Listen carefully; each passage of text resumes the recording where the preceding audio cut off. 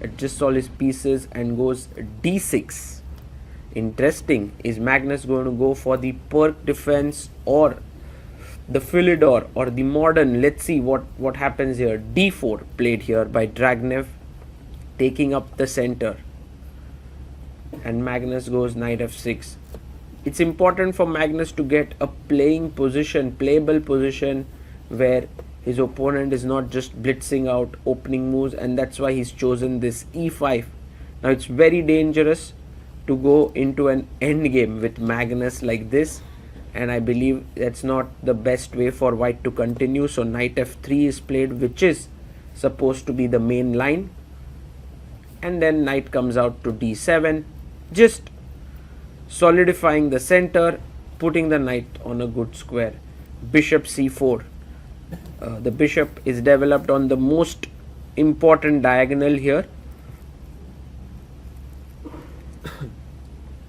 and now generally black continues with a developing move, bishop e7. So it's a very modest way of playing the opening for black. His pieces are all quite passive, but on the other hand, it's a very solid way to play because you have a pawn in the center on e5 and you are just sticking to it. Black also castles here, and let's see how Dragnev continues now. He plays a4, gaining some space on the queen side, also creating a space for the bishop here to go back to a2. And now Magnus plays his pawn to c6. This is a useful move because you can play your queen to c7, and in general quite a decent move. h3 played here by Dragnev. White would like to play bishop e3, but then there are knight g4 possibilities, and that's why h3 stops all of that. h6 played by Magnus, and this is against the fact that you want to play rook e8, but then knight g5 would be quite an irritating move.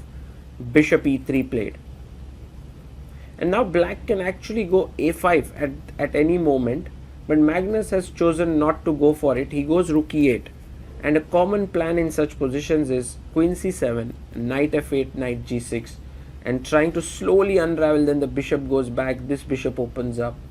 a5 played by Dragnev. He wants to maybe even push forward with a6, but this move just gains a lot of space.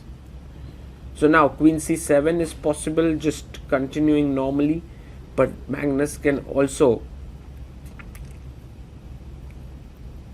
take on d4, and he does it. He takes on d4 here, and all three recaptures with the bishop, queen and the knight are fine.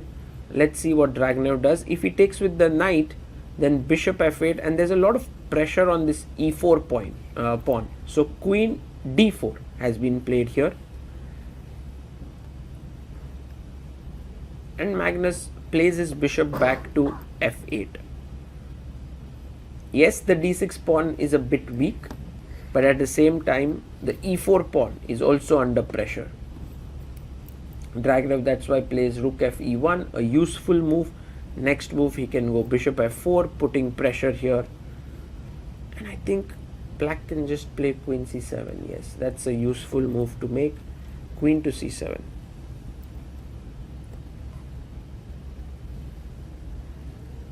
And now bishop to f4, putting pressure on the d6 pawn.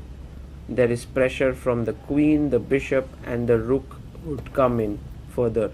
Knight e5 played, attacking the knight and also the bishop. Now if you take knight e5, d5, you lose a piece. So that's the reason why Dragnev plays the best move, bishop e2. And for Magnus now, it's not so easy to come up with the next move. He plays bishop d7. This is useful because at some point you want to play c5 and you want to control the b5 square. Your bishop can then pop out via c6, so it's useful there.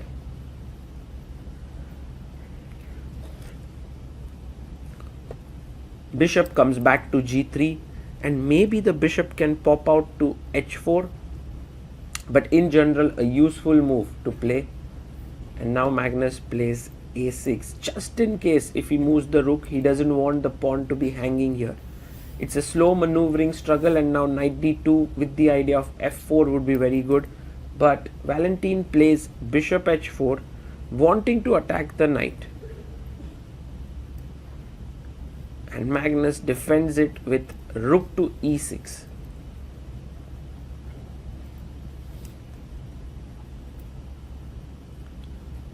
Knight d2 still seems like a good idea to free up the f4 pawn, but he takes. Now this is a very committal move. The point that Dragnev wants to make is that after takes, he can come back to e3, but he can also go here, and then bishop c4 would be coming. So Magnus takes with the rook. This is the first very unusual decision, because Magnus is okay with his pawn structure being ruined because he's attacking a5 and threatening f5. Dragnev doesn't take. He plays b4.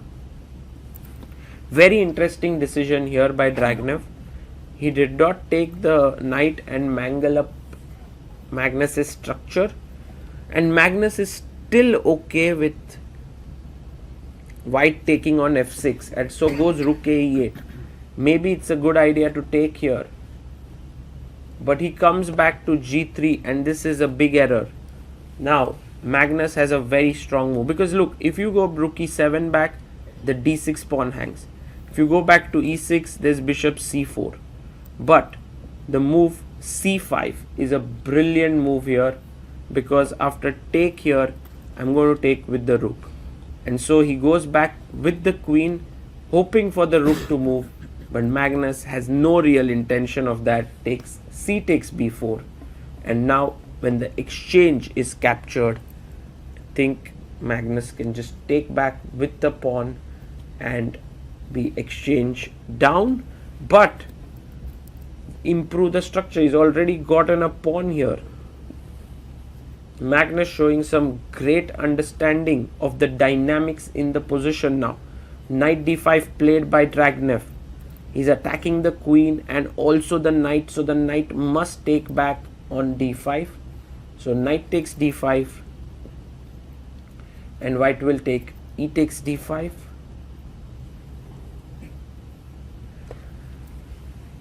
And how should we continue here is the main question for black.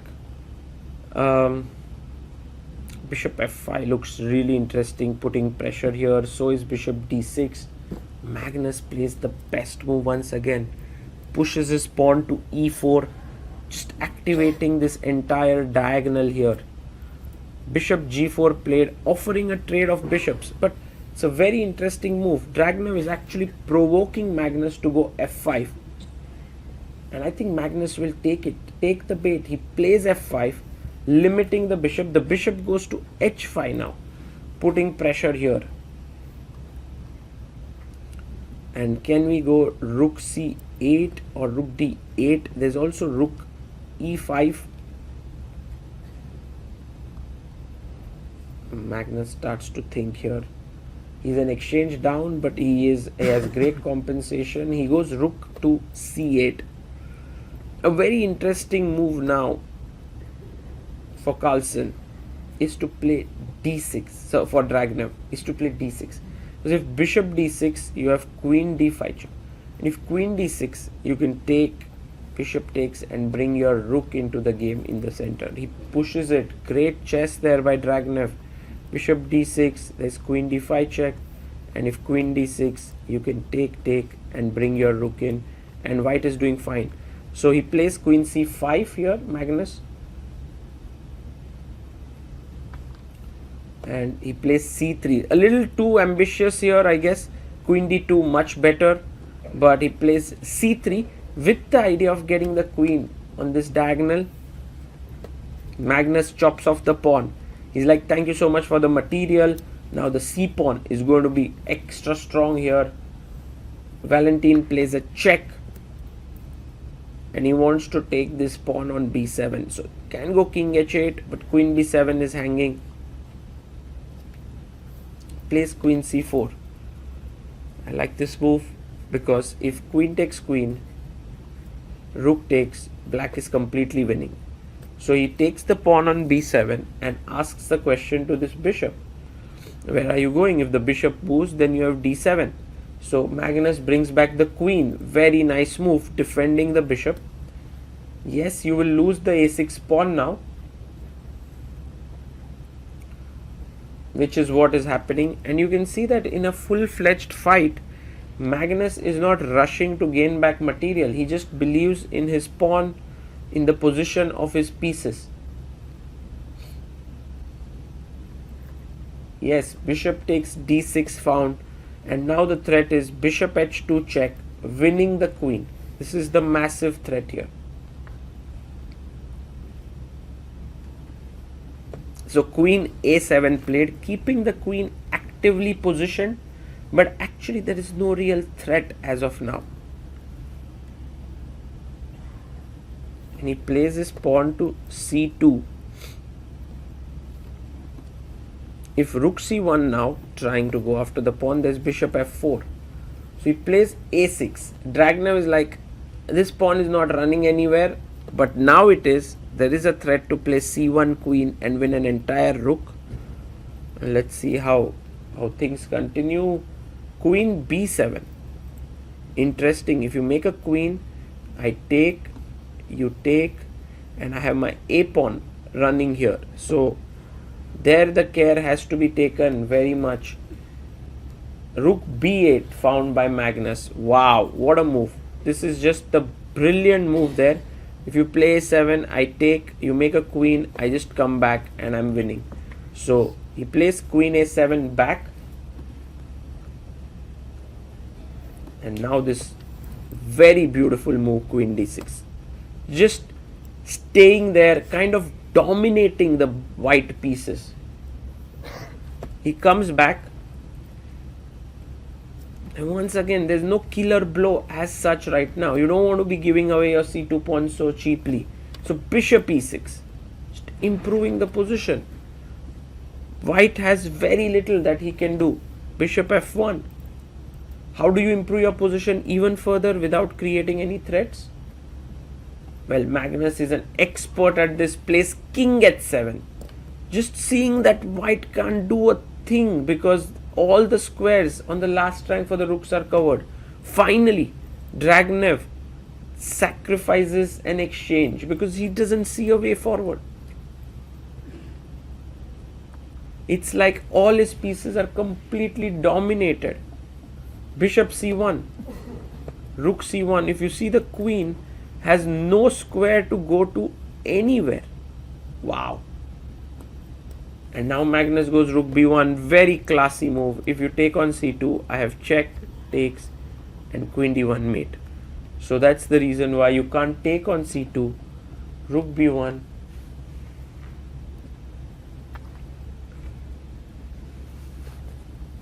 And he comes back queen e3. And queen to d1 played here. Beautiful move. If you take the queen, I make a queen. There's no other move left. Maybe to push the pawn forward, but that doesn't seem to work because after queen c1, I'm still threatening rook f1. So a7 played. And I think Magnus can play rook c1, queen c1. All of it is winning.